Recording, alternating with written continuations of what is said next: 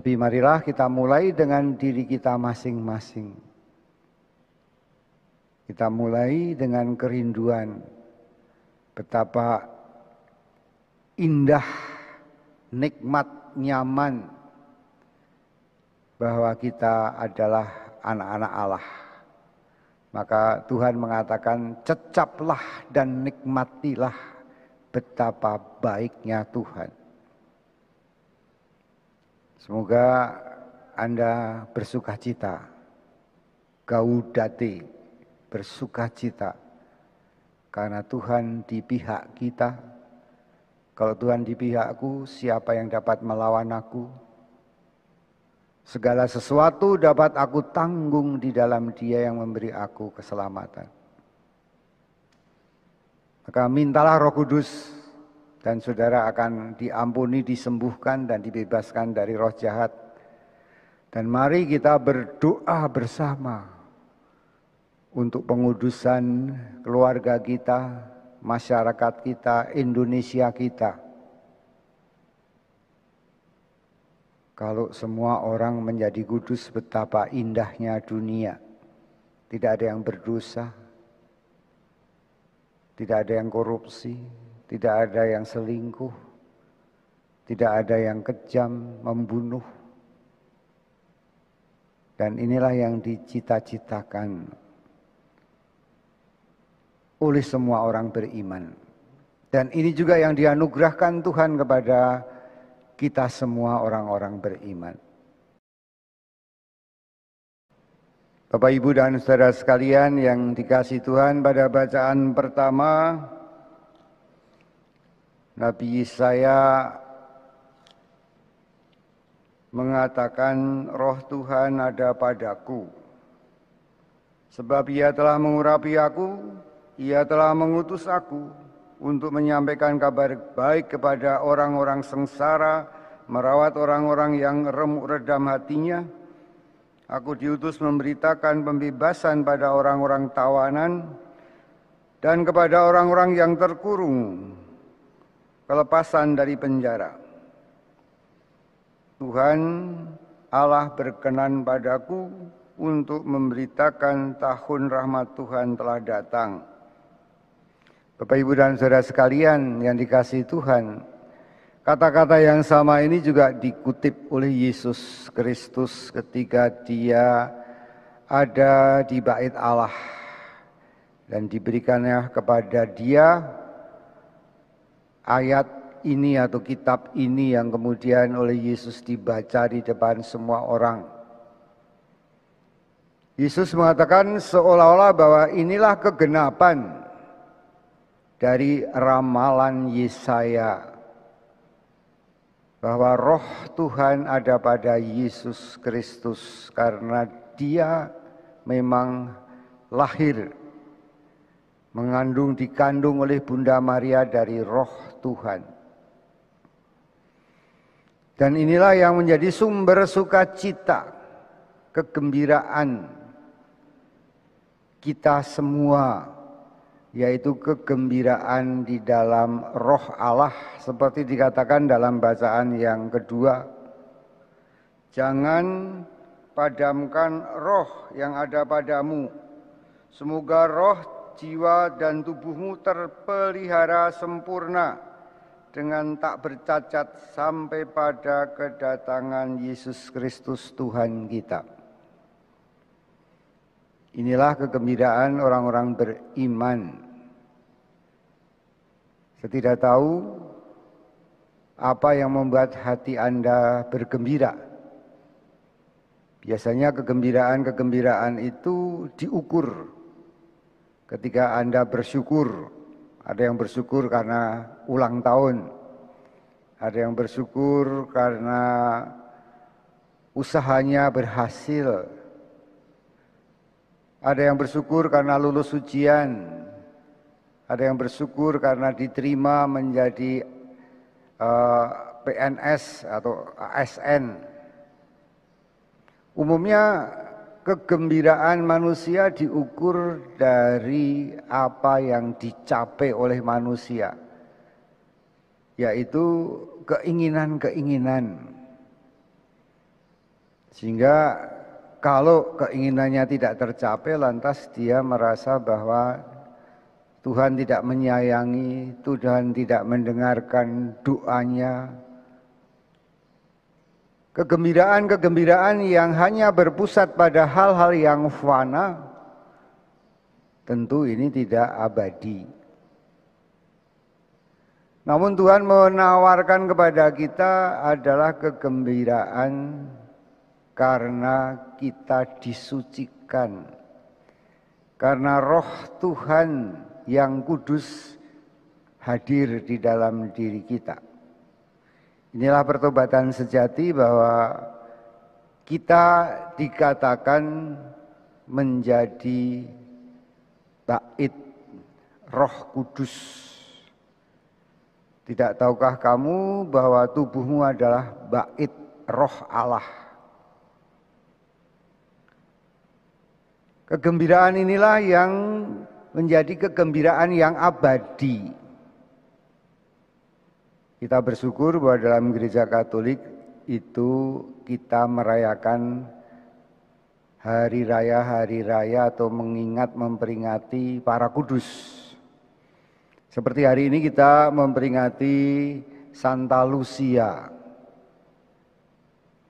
Santa Lucia yang lahir di Pulau Sisilia di Italia. Dia seorang gadis yang cantik, tapi dia bersemangat untuk hidup murni bagi Tuhan, hidup kudus. Ketika banyak orang yang melamar dia ditolak, dia tidak mau. Dia mau hidup bagi Tuhan, hidup murni bagi Tuhan. Mendengar itu Kaisar marah,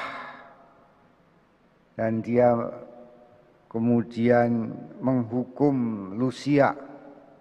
Dia minta supaya Lucia itu membatalkan niatnya, menyangkal imannya kepada Yesus. Dan kita tahu bagaimana Lucia ini akhirnya disiksa.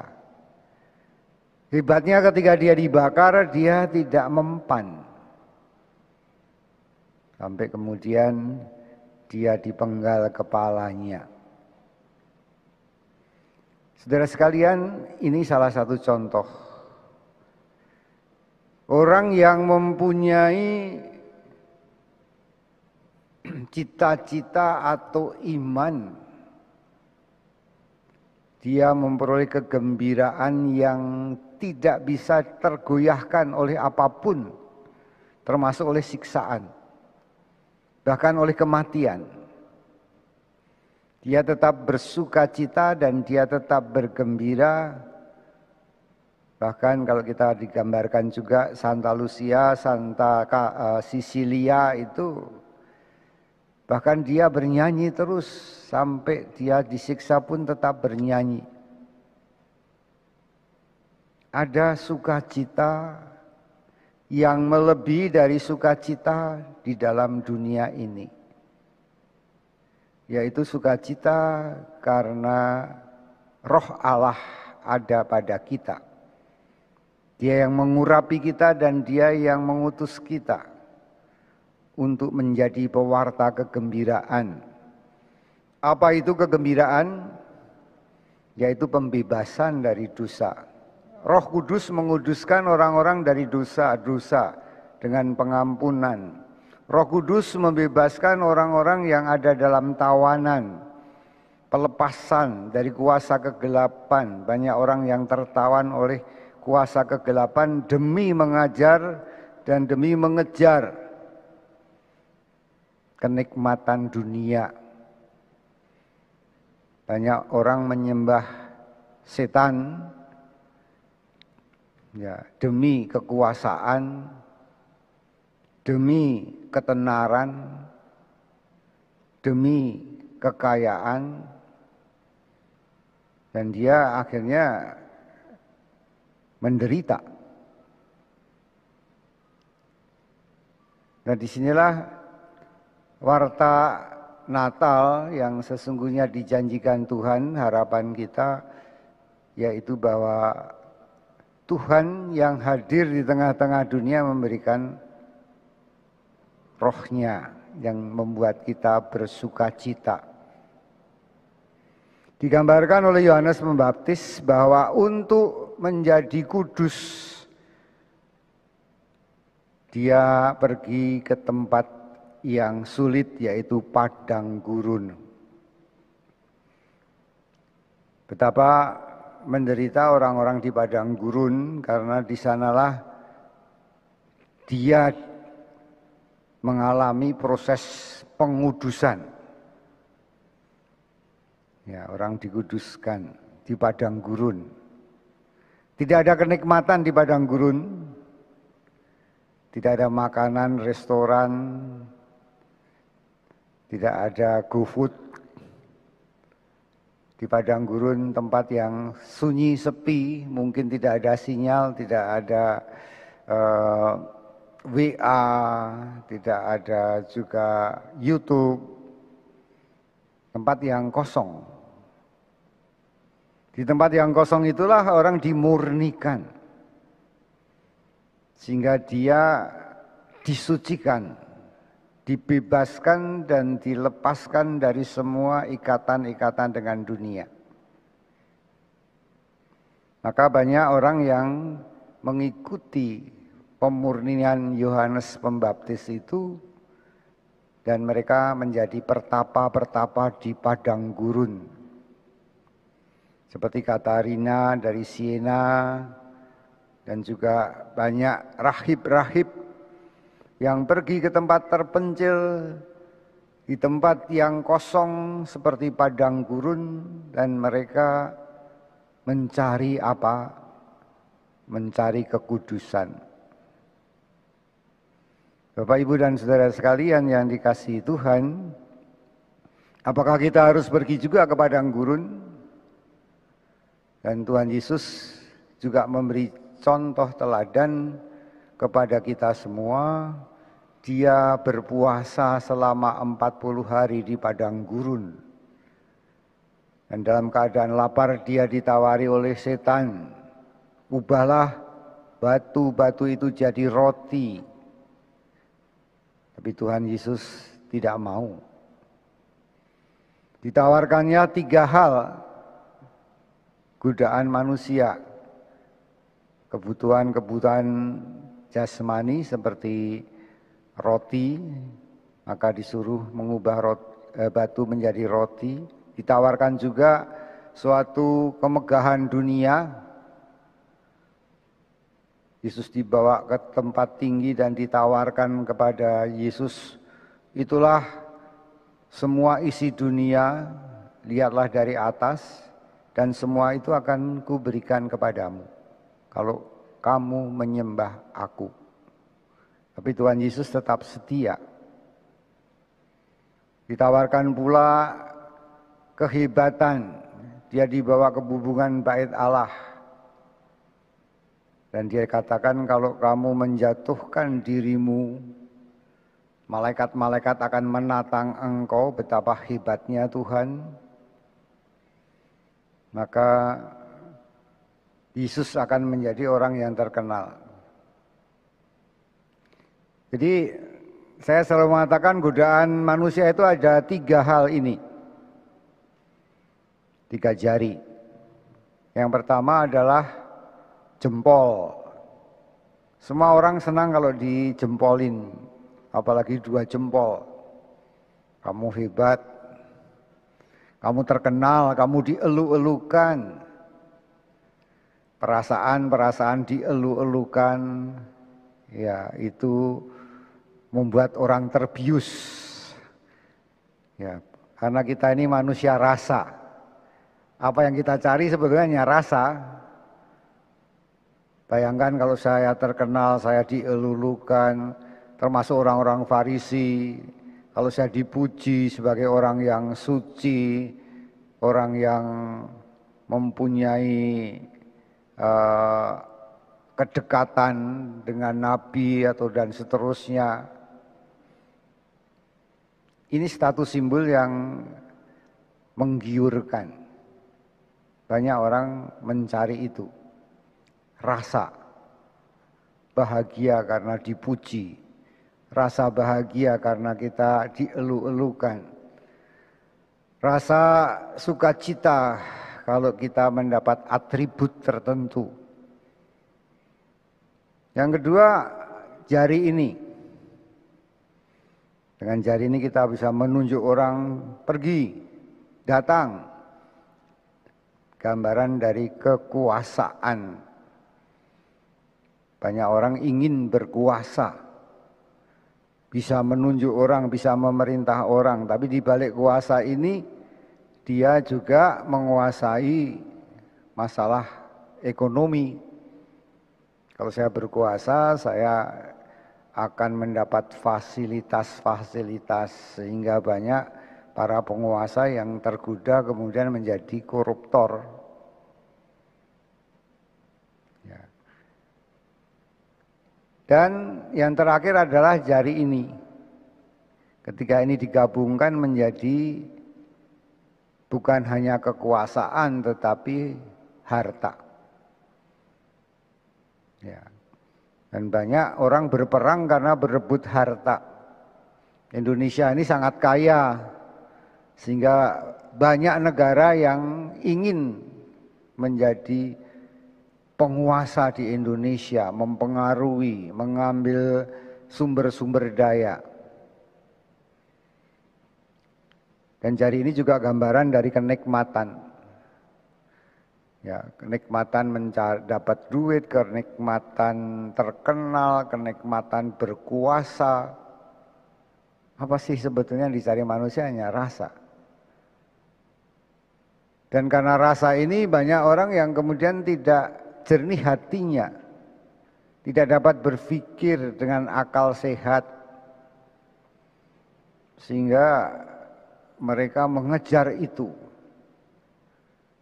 Beberapa orang yang mengikuti rasa kemudian ditangkap polisi, kemudian mereka menyesal, menangis. Baru sadar bahwa dia sebetulnya hanya ikut-ikutan, bahwa dia sebetulnya terbawa arus. Nah, Tuhan menawarkan kepada kita suatu keabadian, yaitu kekudusan, kedamaian, ketentraman yang tak tergoyahkan oleh harta, oleh puji-pujian, maupun juga oleh kekuasaan. Di padang gurun, Tuhan Yesus telah mengalahkan iblis dengan tidak mengikuti godaan. Maka pertanyaannya, apakah saudara sudah damai, sudah tentram, karena roh Tuhan ada padamu, roh Tuhan ada pada kita orang beriman. Suatu keabadian sebetulnya karena ruah yang disebut juga nephios, yaitu kehidupan Tuhan. Kehidupan Tuhan yang abadi, daya yang abadi. Kalau saudara menerima Roh Kudus, Anda tidak hanya disucikan, tapi Anda juga diberi kuasa Roh Kudus seperti para rasul. Maka Yohanes Pembaptis mengatakan, saya hanya membaptis kamu dengan air, tetapi yang datang kemudian yang kudus, sehingga saya tidak layak untuk membuka tali kasutnya pun, dia akan membaptis kamu dengan Roh Kudus dan dengan api. Dan Tuhan memberikan hidupnya, kekudusannya, keabadiannya, cintanya yang tak terbatas, kebijaksanaannya, dan semua yang diberikan kepada kita adalah kehidupan Tuhan sendiri. Sehingga Paulus mengatakan, bukan lagi aku yang hidup, tetapi Roh Tuhan atau Yesus Kristus yang hidup di dalam diriku. Bapak, Ibu, dan saudara sekalian, saya kira Ini kabar sukacita yang luar biasa. Inilah Gaudate, bahwa Tuhan memberikan Roh Kudus kepada kita semua supaya kita menjadi anak-anak Allah. Kita yang diberi Roh Allah akan menyebut Allah Aba ya Bapa. Kita adalah anak-anak dan Allah adalah Bapa kita. Ini tentu saja arti kiasan. Ya. Bukan arti dalam arti fisik. Nah, saudara-saudara sekalian, bagaimana kita hidup sebagai anak-anak Allah sehingga dalam persiapan Natal ini marilah kita membuka wawasan baru. Membuka jati diri kita sebagai orang beriman. Yaitu bahwa kita diberi Roh Allah, diberi terang Allah. Sehingga bacaan kedua mengatakan hendaknya kamu badan, jiwa, dan rohmu tetap kudus, tidak bercacat sampai pada hari kedatangan Tuhan. Maka saya kira saya seringkali mengatakan apa yang diminta umat itu terlalu sederhana. Ya. Yang diminta apa sih? Ya 3 jari ini. Pengen terkenal, pengen dapat jodoh, pengen berkuasa, pengen banyak duit. Ya kebutuhan-kebutuhan di dunia ini. Itu terlalu kecil. Di dalam kitab suci dikatakan, mintalah Roh Kudus maka Tuhan akan memberikan. Maka dalam masa pertobatan ini marilah kita minta Roh Kudus Allah. Sehingga kita bisa menyebut Allah Aba ya Bapa. Sehingga kita diberi kekuatan dan kuasa Roh Kudus. Kita dapat mengampuni orang-orang yang bersalah. Kita dapat mengusir setan di dalam nama Yesus dan kuasa Roh Kudus. Bahkan kita diutus untuk menguduskan orang-orang sakit agar mereka mendapat mujizat kesembuhan. Ini luar biasa. Mengapa kita tidak minta Roh Kudus? Mengapa kita tidak ingin menjadi anak Allah yang sempurna? Dan sekali lagi inilah kegembiraan hidup kita. Sukacita karena kita mempunyai martabat anak-anak Allah. Sukacita karena Roh Tuhan ada padaku. Apakah Anda bersukacita? Ini pertanyaannya. Mengapa Anda ada yang sakit mah, ada yang khawatir, ada yang nggak bisa tidur, ada yang galau dengan situasi keadaan negara kita saat ini? Mengapa Anda terpengaruh? Ya, sehingga Anda mudah sekali tidak damai. Ketika ada orang menyanyikan dangdut, kita ikut berdangdut. Ketika orang menyanyikan lagu rock, Anda ikut berteriak. Ini sungguh menyedihkan. Mengapa kita tidak bernyanyi sendiri dengan menyanyikan kekudusan Tuhan? Bukankah kita seringkali bernyanyi kudus, kudus, kuduslah Tuhan. Nyanyikanlah sesuatu yang kudus, yang abadi. Karena kita anak-anak Allah yang abadi. Seringkali saya bertanya, ya manusia rasa itu luar biasa. Tapi menurut saya apa yang membuat saya prihatin, banyak orang sakit kepengen sembuh. Ya, bagaimana kepengen sembuh? Dan bagaimana sikapnya? Dia bercerita, Romo saya sakit ini, sakit itu, rasanya pegel, rasanya ngilu. Dia ingin sembuh tapi yang dipilih rasa sakit. Bagaimana seharusnya? Seharusnya dia akan bertanya, bagaimana sembuh itu rasanya seperti apa? Bagaimana kalau Tuhan Yesus datang menjamah saya dan penyakit saya hilang? Ya, perasaan-perasaan sembuh, perasaan bahagia, perasaan yang penuh pengharapan, inilah yang menyembuhkan orang. Ya. Anda seringkali, banyak orang sih, bukan Anda semua, mengasihani diri sendiri. Anda tidak mencari pemecahan atau solusi, tapi ingin dikasihani. Bahkan Anda mengasihani diri sendiri. Ya, saya kasihan. Ya, saya ini miskin, menderita. Nah, inilah perasaan iman menjadi penting. Bahwa saya anak Allah yang diberkati, bahwa saya anak Allah yang dicintai Bapa. Ya. Perasaan-perasaan ini tentu akan membuat kita berbesar hati, tentu membuat kita semua tahan uji.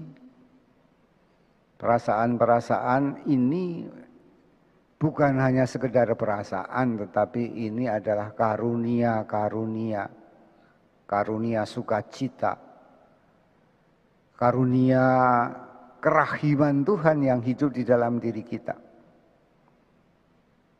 Sehingga kita dalam situasi apapun selalu bernyanyi, memuji, memuliakan Tuhan.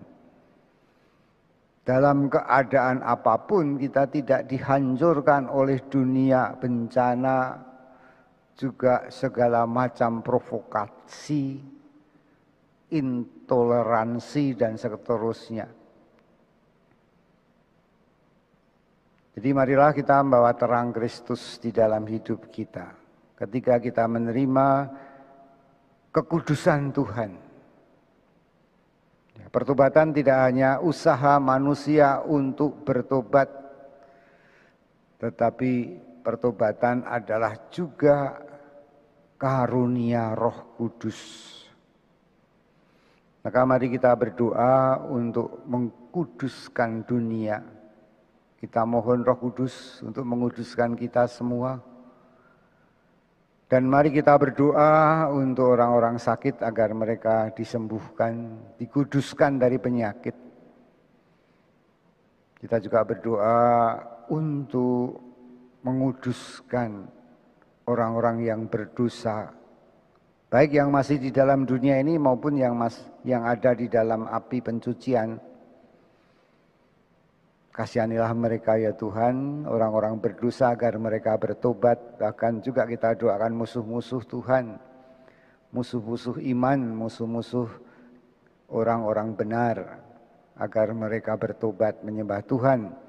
Agar mereka yang memusuhi Tuhan akan menjadi seperti Paulus, bertobat menyembah Yesus, bahkan menjadi tangan Tuhan yang membawa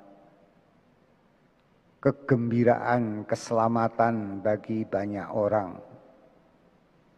Dan kita doakan juga, kita kuduskan orang-orang yang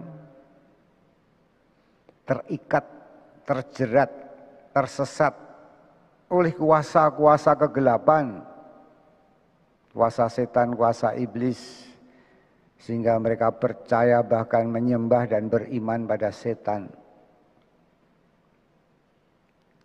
Tapi marilah kita mulai dengan diri kita masing-masing. Kita mulai dengan kerinduan betapa indah, nikmat, nyaman bahwa kita adalah anak-anak Allah. Maka Tuhan mengatakan, cecaplah dan nikmatilah betapa baiknya Tuhan. Semoga Anda bersukacita, gaudate, bersukacita, karena Tuhan di pihak kita. Kalau Tuhan di pihakku, siapa yang dapat melawan aku? Segala sesuatu dapat aku tanggung di dalam Dia yang memberi aku keselamatan. Maka mintalah Roh Kudus dan saudara akan diampuni, disembuhkan dan dibebaskan dari roh jahat. Dan mari kita berdoa bersama untuk pengudusan keluarga kita, masyarakat kita, Indonesia kita. Kalau semua orang menjadi kudus, betapa indahnya dunia. Tidak ada yang berdosa, tidak ada yang korupsi, tidak ada yang selingkuh, tidak ada yang kejam, membunuh. Dan inilah yang dicita-citakan oleh semua orang beriman. Dan ini juga yang dianugerahkan Tuhan kepada kita semua orang-orang beriman. Semoga Anda berbahagia, semoga Anda bergembira, karena roh Tuhan ada padamu. Keabadian Tuhan ada padamu. Kasih Tuhan yang abadi ada padamu. Karena imanmu yang menyelamatkan. Mari kita berdiri untuk menyatakan iman kita kepada Tuhan.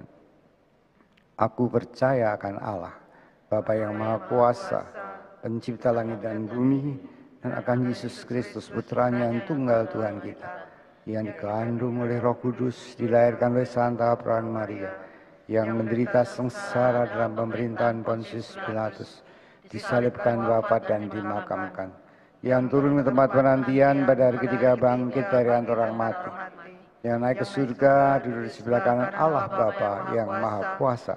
Dari situ ia akan datang mengadili orang hidup dan mati. Aku percaya akan Roh Kudus, Gereja Katolik yang kudus, persekutuan para kudus, pengampunan dosa, kebangkitan badan dan kehidupan kekal. Amin.